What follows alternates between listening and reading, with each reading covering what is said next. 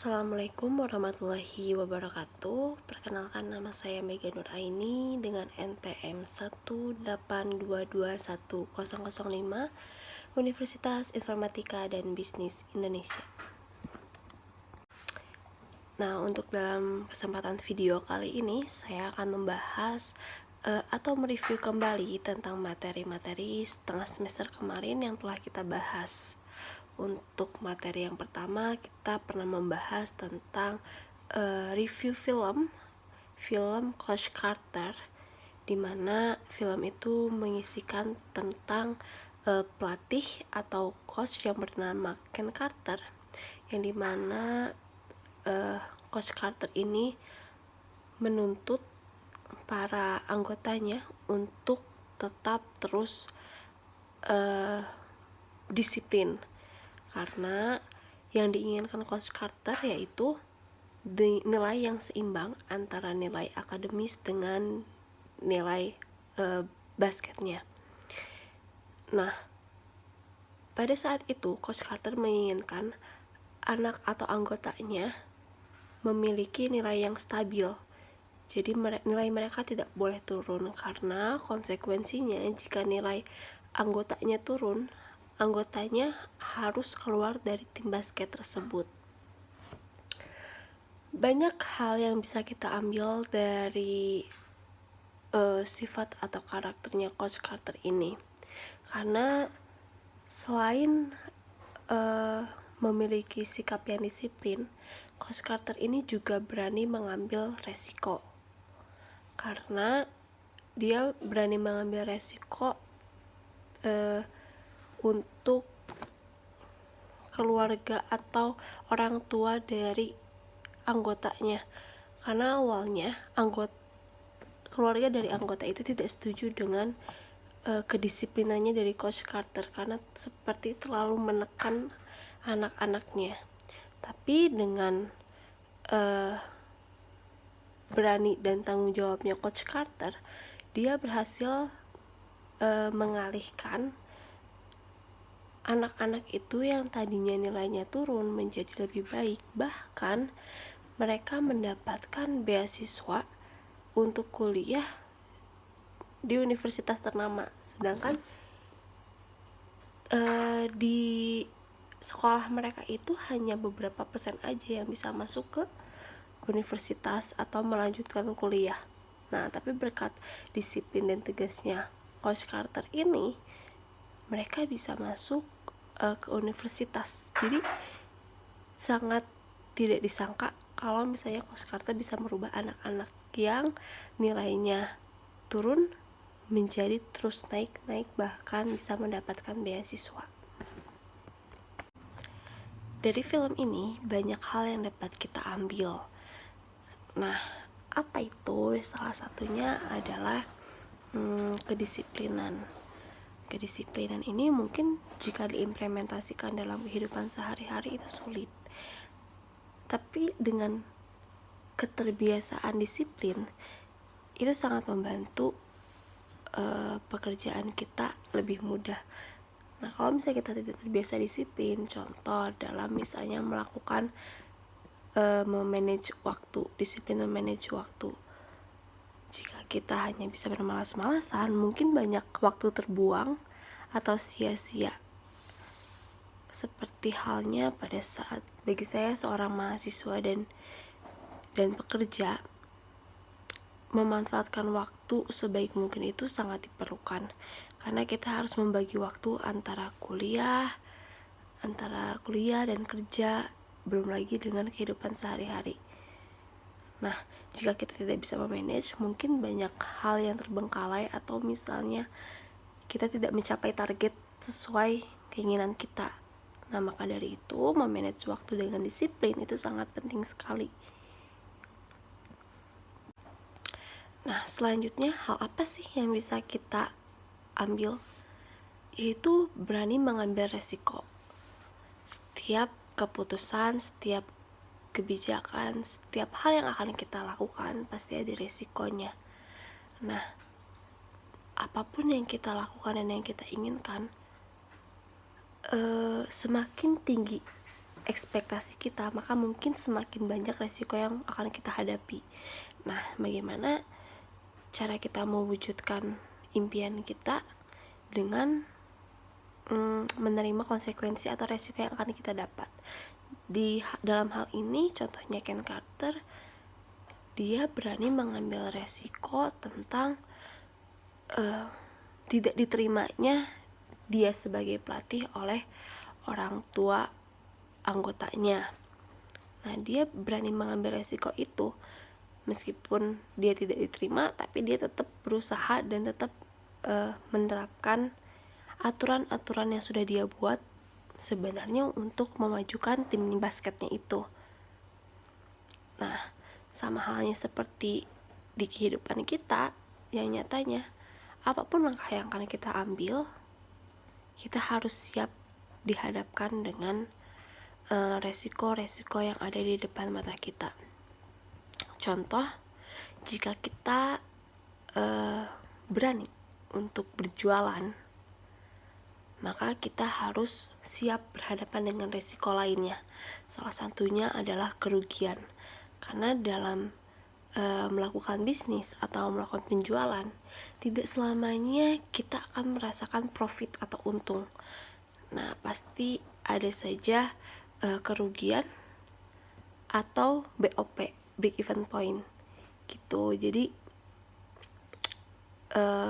ada masanya tidak sesuai dengan harapan kita, yang mungkin harapan kita jualan itu untung terus, tapi nyatanya ada masalah, atau misalnya ada masanya kita mendapatkan resiko yang harus siap kita ambil, yaitu salah satunya adalah kerugian. Untuk materi kedua, kita akan membahas tentang global manager.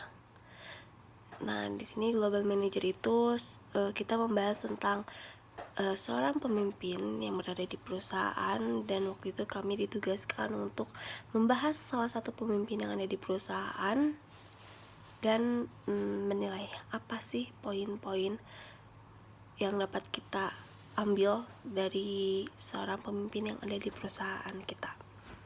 Nah, waktu itu saya membahas salah satu pemimpin yang ada di perusahaan tempat saya bekerja, di mana pemimpin atau di atasan saya ini adalah seorang wanita. Nah, seorang wanita yang memiliki jiwa kepemimpinan.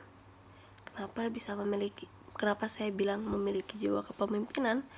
Karena meskipun beliau seorang wanita, tapi beliau itu independen, tidak melihat dari background pegawainya, tapi beliau melihat dari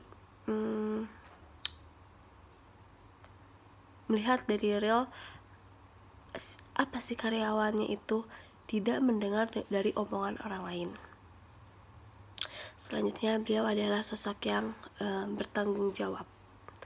Nah, karena bagi saya seorang pemimpin itu harus memiliki rasa tanggung jawab.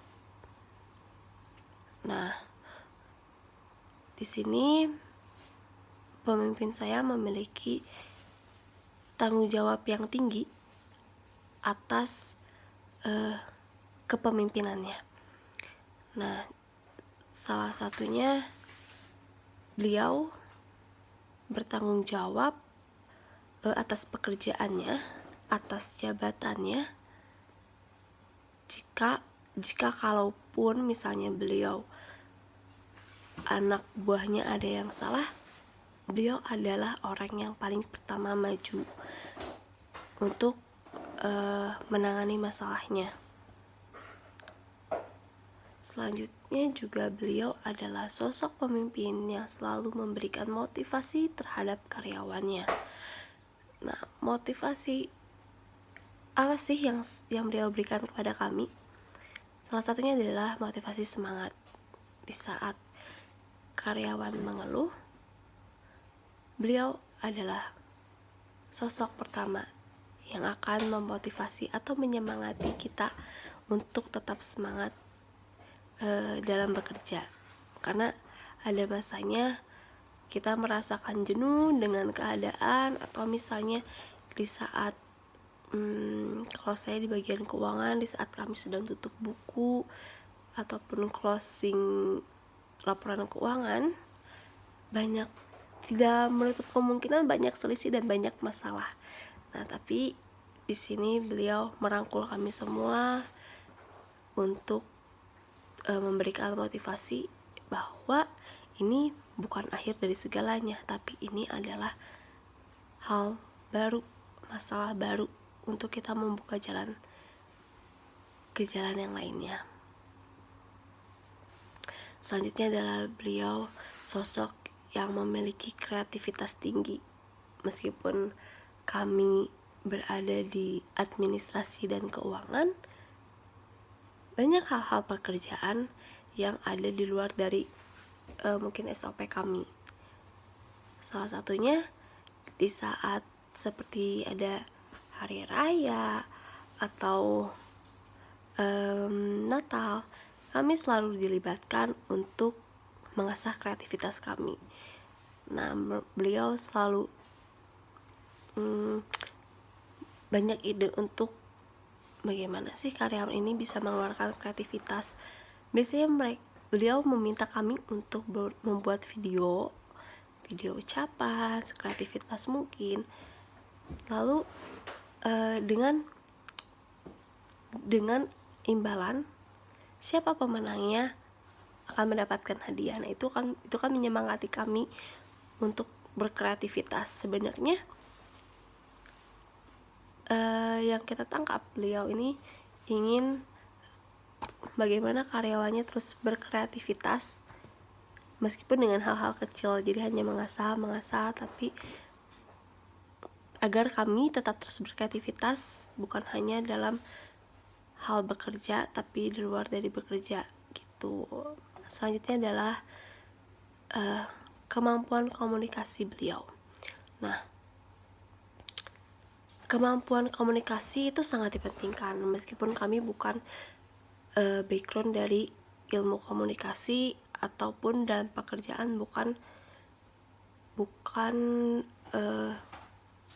komunikasi masyarakat, tetapi yang beliau tekankan kepada kami, komunikasi itu adalah benteng kita. Nah, apapun pekerjaan kita, kemampuan komunikasi itu sangat penting. Nah, bagaimana kita menjelaskan? Kalau saya bekerja di rumah sakit, jadi ada pelayanan. Nah, bagaimana kita melayani masyarakat, melayani pasien dengan komunikasi? Karena pelayanan itu dinilai beberapa komponen. Salah satunya adalah komunikasi, cara komunikasi kita kepada pasien saat memberikan pelayanan. Nah, jika kemampuan komunikasi kita dirasa kurang, mungkin penilaian perusahaan terhadap karyawannya pun akan kurang. Nah, di sini pemimpin saya berusaha bagaimana untuk rekan-rekannya bisa terus memberikan komunikasi yang baik. Nah, sampai pemimpin membuka seminar tentang public speaking, seminar tentang pelatihan handling komplain. Nah, ini didasari untuk kita terus berkembang dalam melakukan pengembangan komunikasi kita. Nah, jangan sampai pasien atau masyarakat tidak puas dengan komunikasi kita tentang menjelaskan pelayanan atau pembiayaan perawatan kepada pasien. Nah, selanjutnya ada teamwork. Seorang pemimpin pasti harus berusaha bagaimana anak buahnya atau tujuan pemimpin dapat berjalan dengan baik dan tepat. Nah, salah satunya dia tidak bisa berjalan sendiri. pasti dia memerlukan dorongan, memerlukan bantuan dari anak buahnya. Nah, yang saya nilai, atasan saya ini memiliki jiwa pemimpin untuk teamwork juga. Jadi beliau mengarahkan kami untuk tahu apa tujuan utama kita, lalu meskipun kami banyak, beliau bisa memanage. Misalnya kelompok A didasari dengan beberapa pegawai untuk mengerjakan sesuatu proyek A. Nah, tim B mengerjakan sesuatu proyek, difokuskan mengerjakan proyek dengan mengerjakan proyek B, dan C dan D dan D dan selanjutnya. Dengan walaupun terbagi, tapi dengan satu tujuannya misalnya ke Z. Nah, setiap teamwork harus berusaha keras untuk mewujudkan tujuan kita bersama, yaitu ke Z. Sebenarnya bekerja individual atau teamwork itu memiliki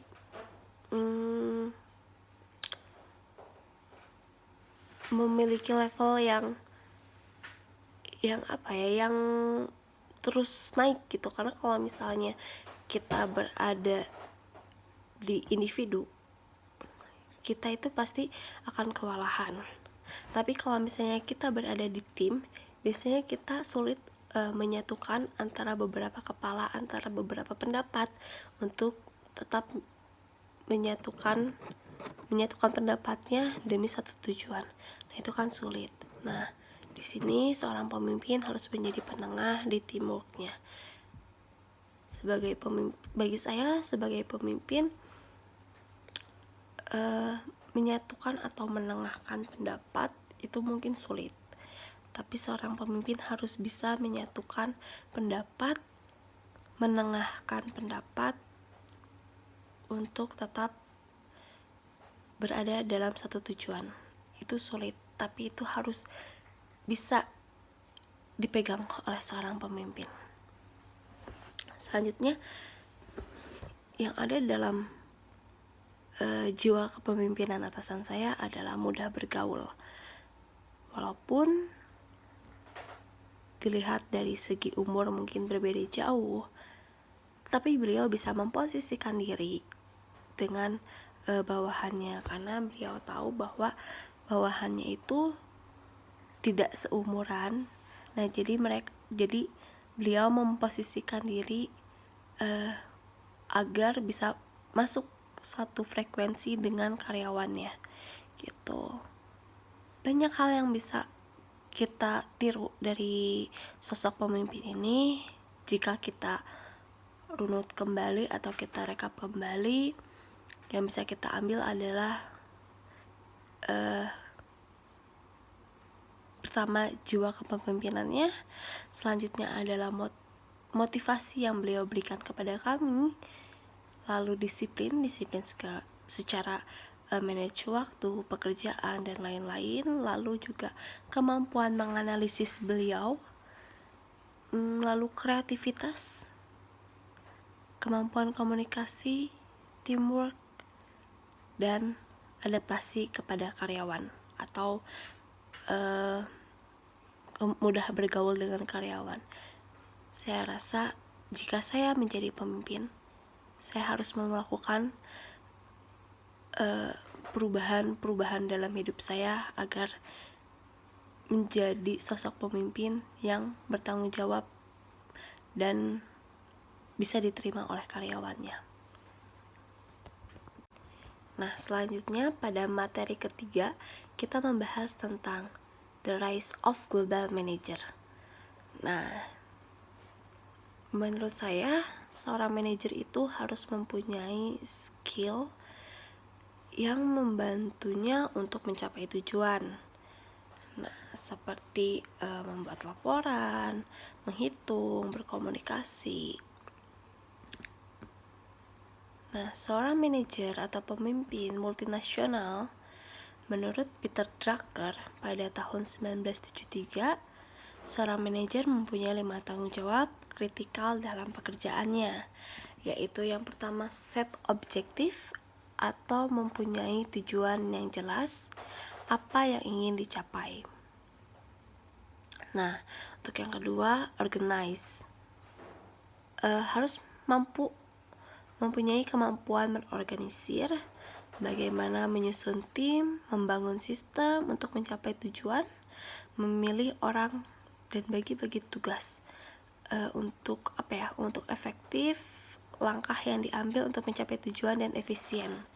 Lalu harus tahu tentang biaya yang dikeluarkan agar bisa sehemat mungkin. Selanjutnya adalah motivate atau memotivasi bagi orang-orang yang dipimpin sehingga orang sekitarnya memahami tujuannya. Nah, yang keempat itu ada measure atau mengukur atau bisa disebut monitoring dan evaluasi.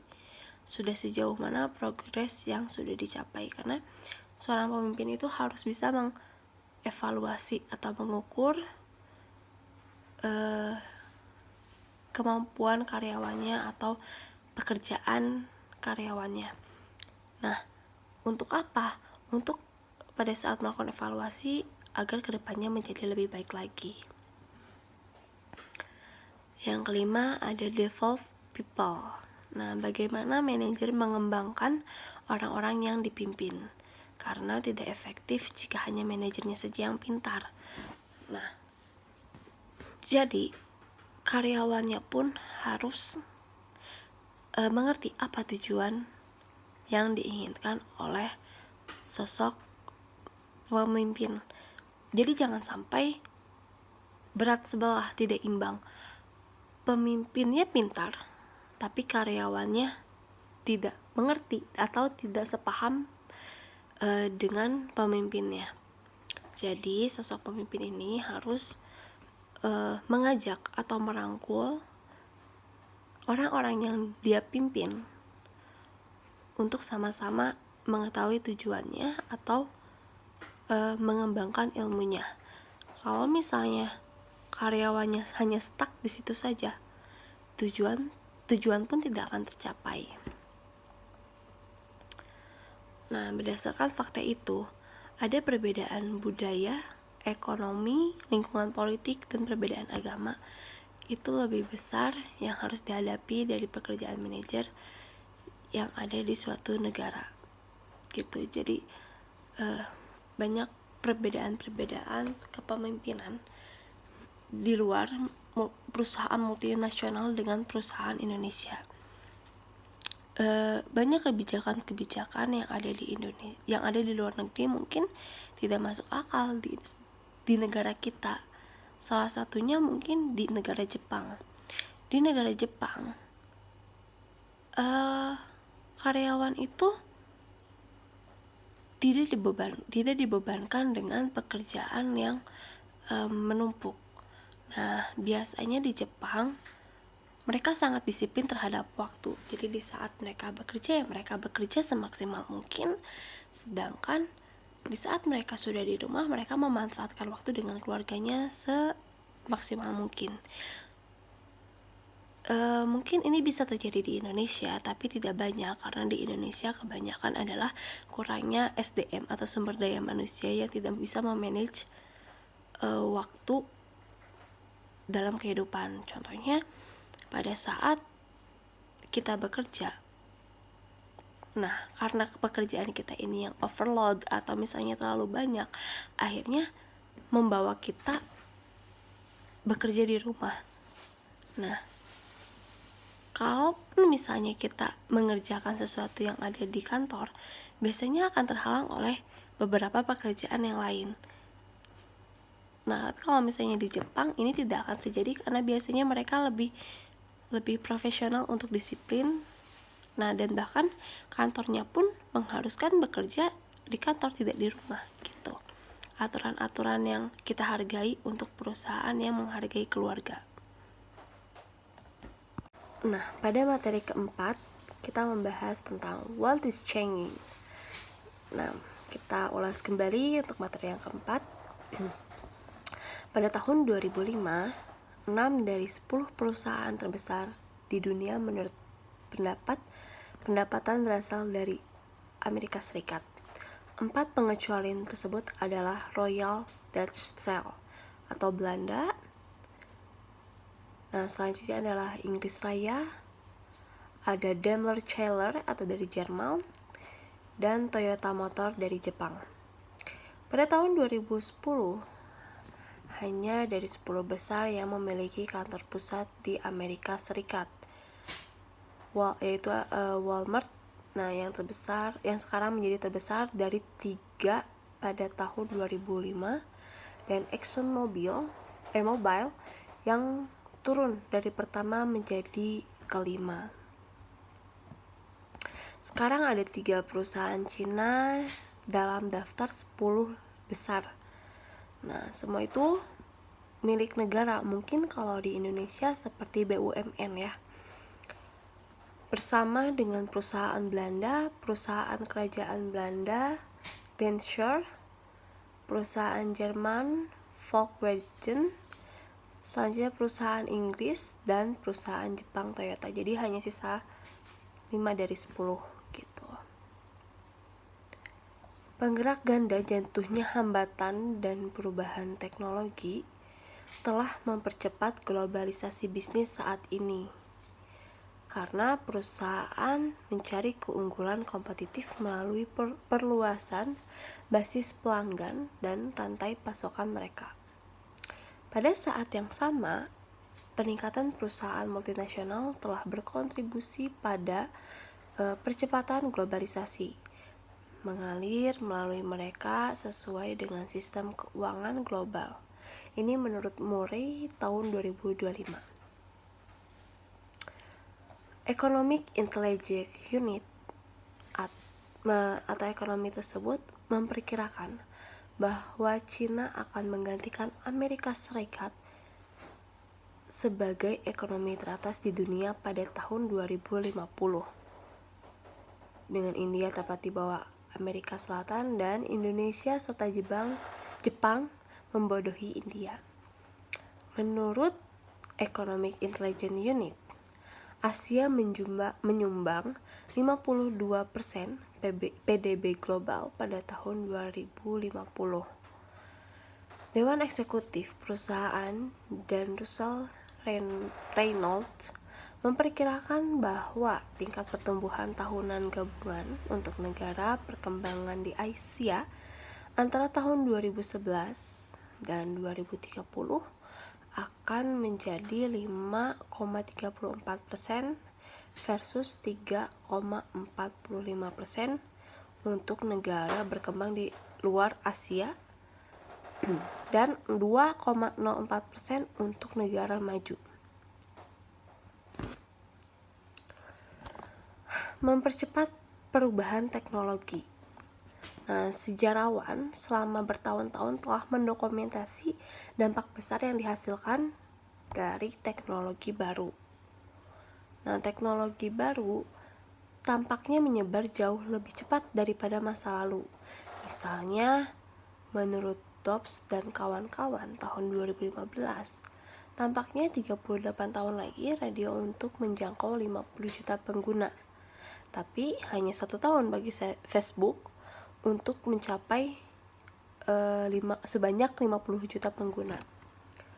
Nah, bisa kita lihat ya teman-teman, dalam zaman globalisasi ini perubahan teknologi sangat pesat, apalagi untuk digital.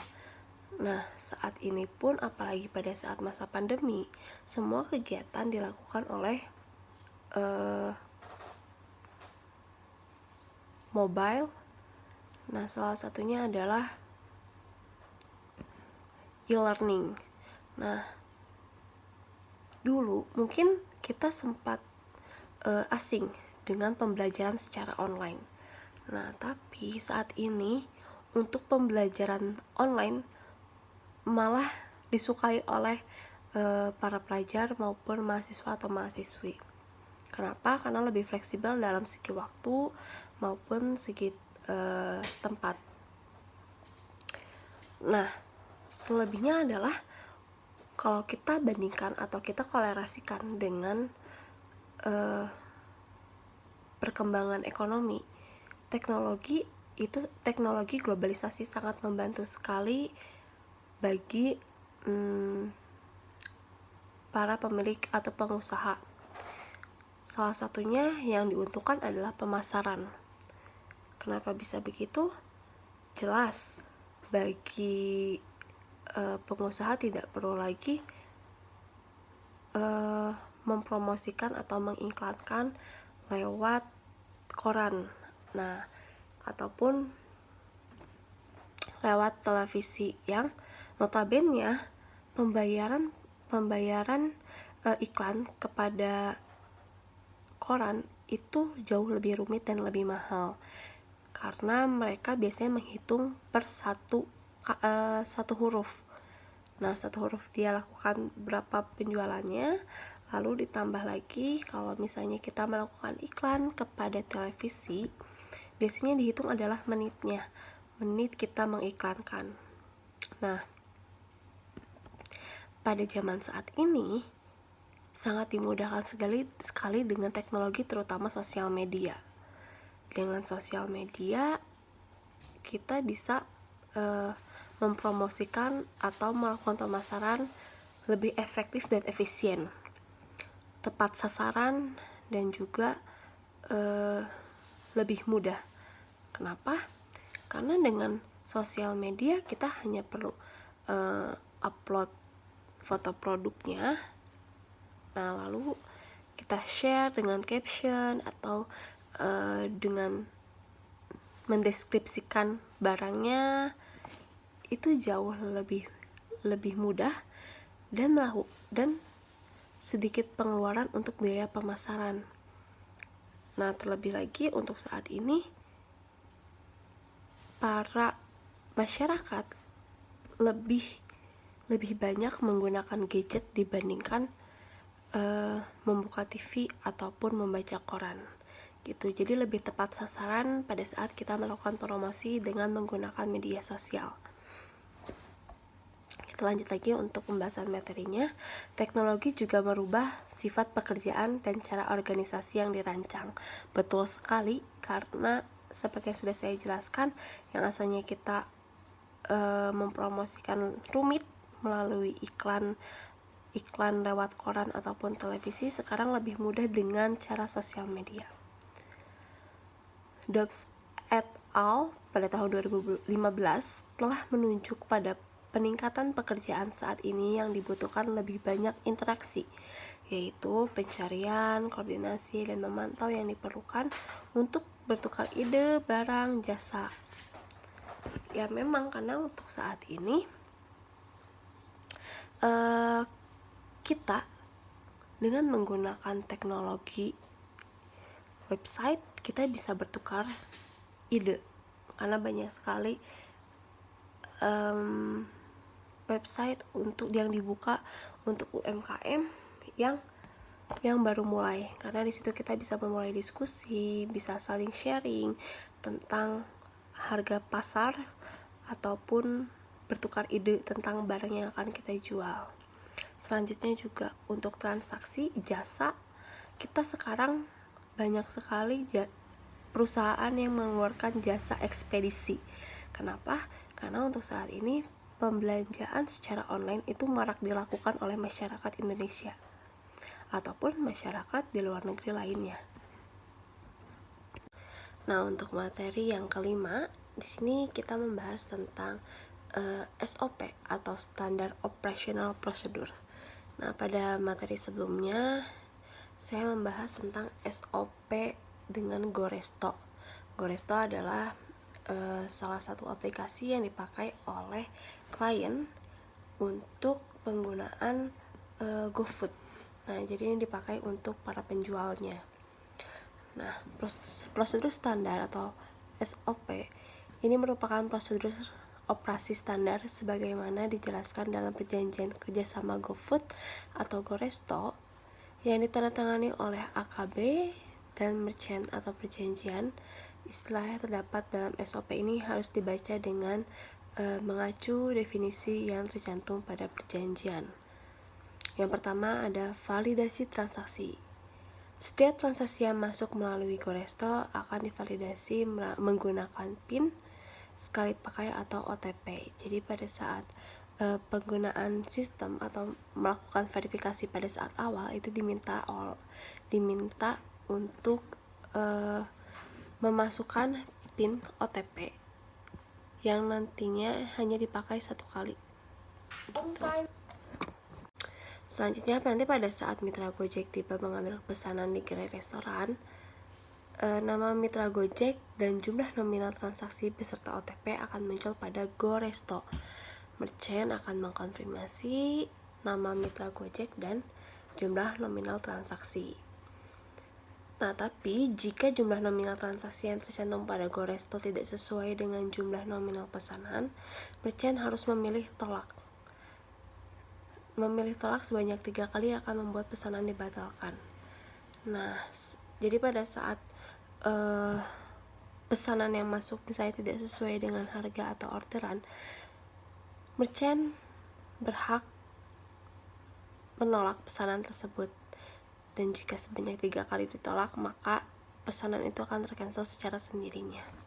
Selanjutnya adalah jika jumlah nominal transaksi yang tercantum pada GoResto telah sesuai dengan jumlah nominal pesanan, merchant harus memberikan OTP kepada mitra Gojek dan memilih OK. Merchant harus memastikan mitra Gojek memasukkan OTP pada aplikasinya. Jadi nanti setiap aplikasi atau pesanan yang masuk itu akan terintegrasi.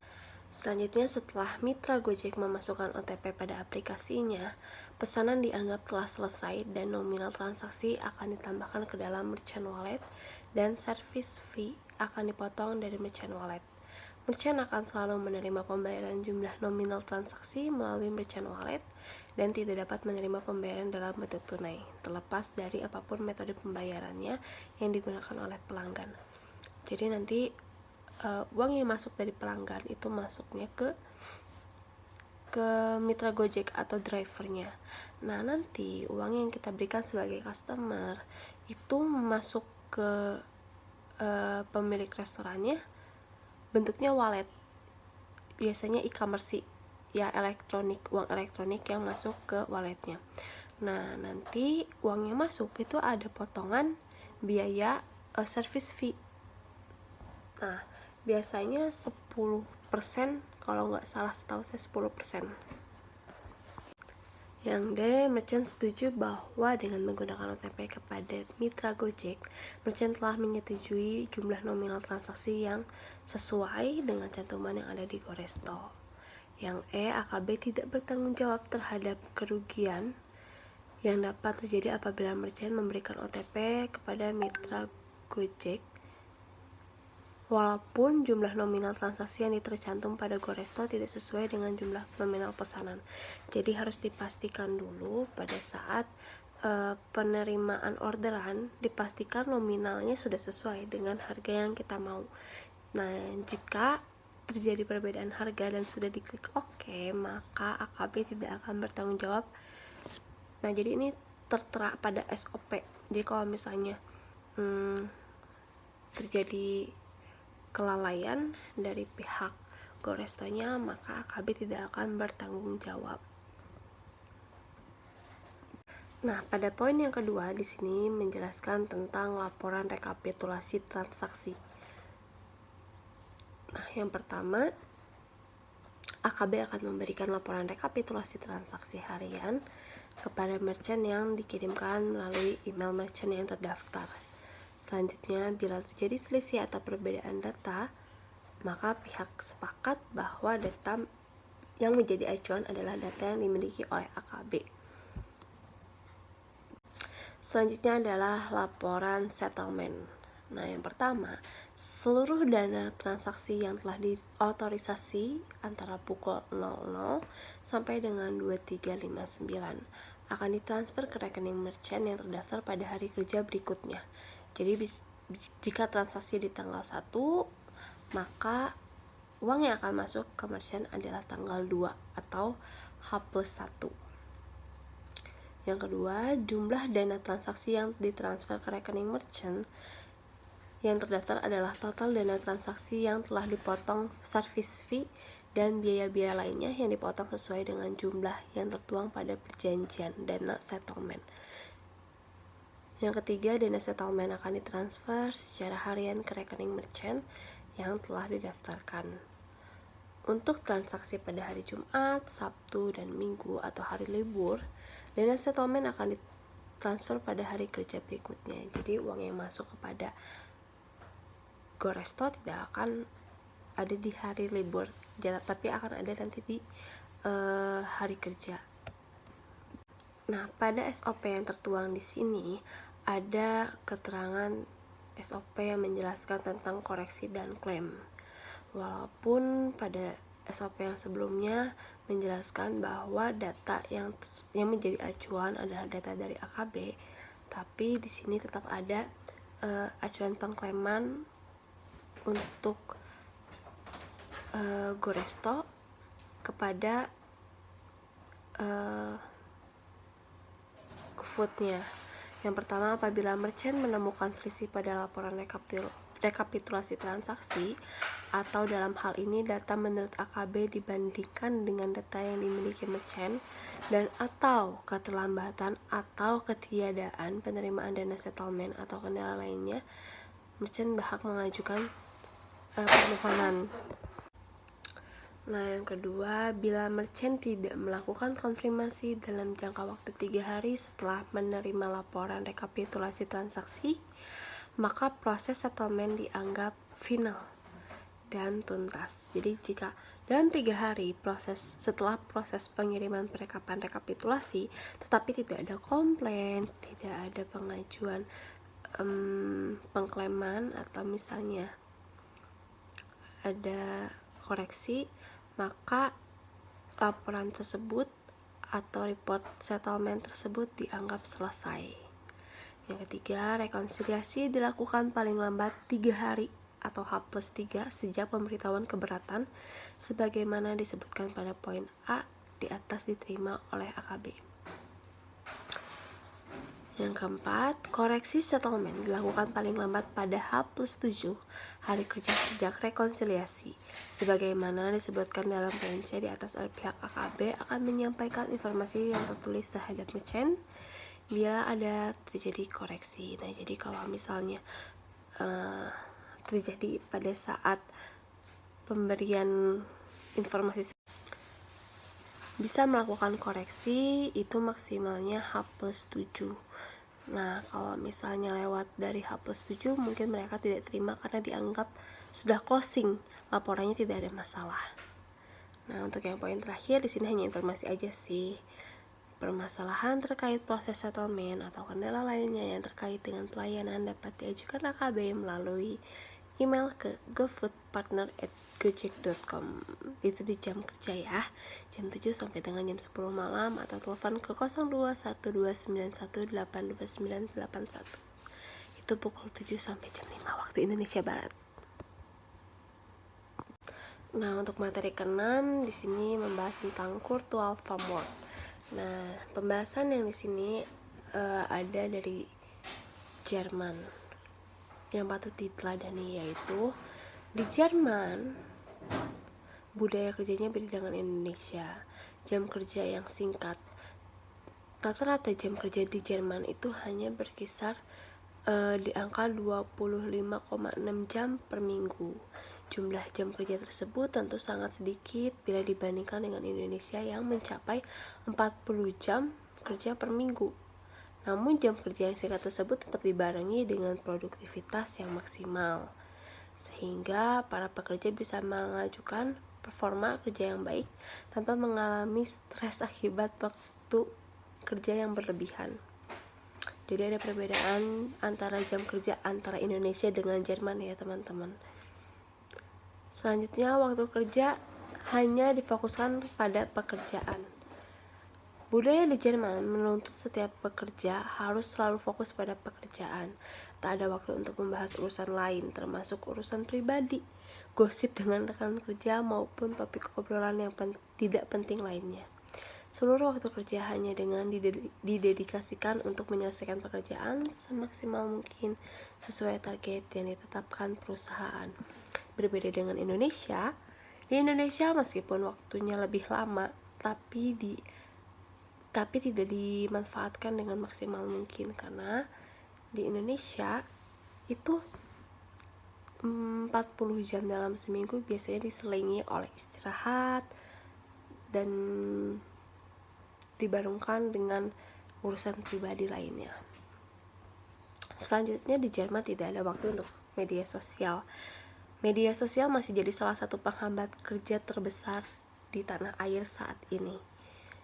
Nah, saat sedang asik mengakses sosial media, kamu pun sedang mengabaikan pekerjaan selama beberapa saat. Akibatnya, pekerjaan yang menumpuk pun rentan tidak selesai dan membuat kamu kewalahan. Nah, dalam budaya kerja di Jerman, mengakses media kerja di jam kerja adalah sesuatu hal yang sangat diharamkan. Konsentrasi penuh pada pekerjaan tanpa transaksi media sosial merupakan cara terbaik untuk menyelesaikan pekerjaan yang tepat waktu. Selanjutnya, di Jerman itu mereka work hard and play hard. Kondisi lingkungan kerja yang disiplin tidak menghalangi masyarakat Jerman untuk menikmati hidup. Justru budaya kerja di Jerman tersebut mampu memisahkan antara pekerjaan dunia dengan pekerjaan pribadi.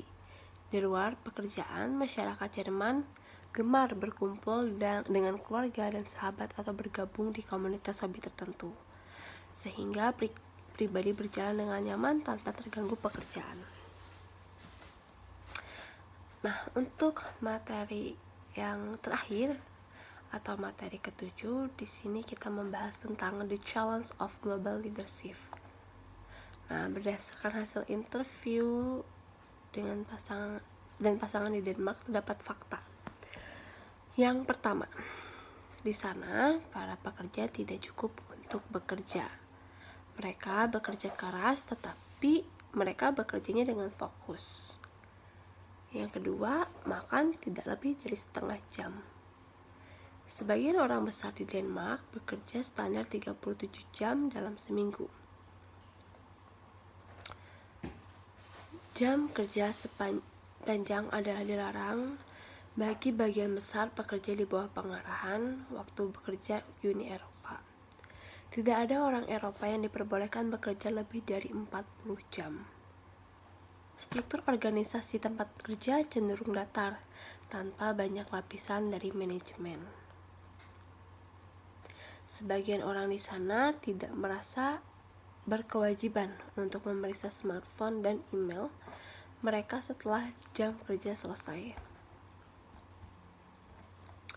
Berdasarkan pengalaman seorang eksekutif pemasaran untuk divisi Asia Pasifik untuk sebuah perusahaan multinasional yang melakukan telekonferensi rutin dengan direktur pemasaran di Asia, ia merasa sulit untuk membuat banyak kemauan dengan mereka. Yang pertama, tidak ada tenggat waktu untuk tugas pekerjaan. Yang kedua, orang Asia tidak memiliki perasaan urgensi yang sama dengan orang Barat dan atau mereka yang tidak jujur. Nah, tapi ada faktanya. Faktanya, terlepas dari pertumbuhan perusahaan multinasional dan meningkatnya perdagangan internasional, individu dan organisasi harus terus menghadapi beberapa tantangan dengan kepemimpinan global. Nah, teman-teman, jadi berikut poin yang sudah saya bahas adalah materi kita selama pertengahan semester kemarin, dari pertemuan 1 sampai dengan pertemuan 7. Mohon maaf bila banyak kesalahan dalam penyampaian atau kurang tepatnya dalam penyampaian. Semoga ilmu yang saya sampaikan bermanfaat. Mari sama-sama kita belajar untuk menjadi tetap lebih baik gitu. Saya Mega, pamit undur diri. Wassalamualaikum warahmatullahi wabarakatuh.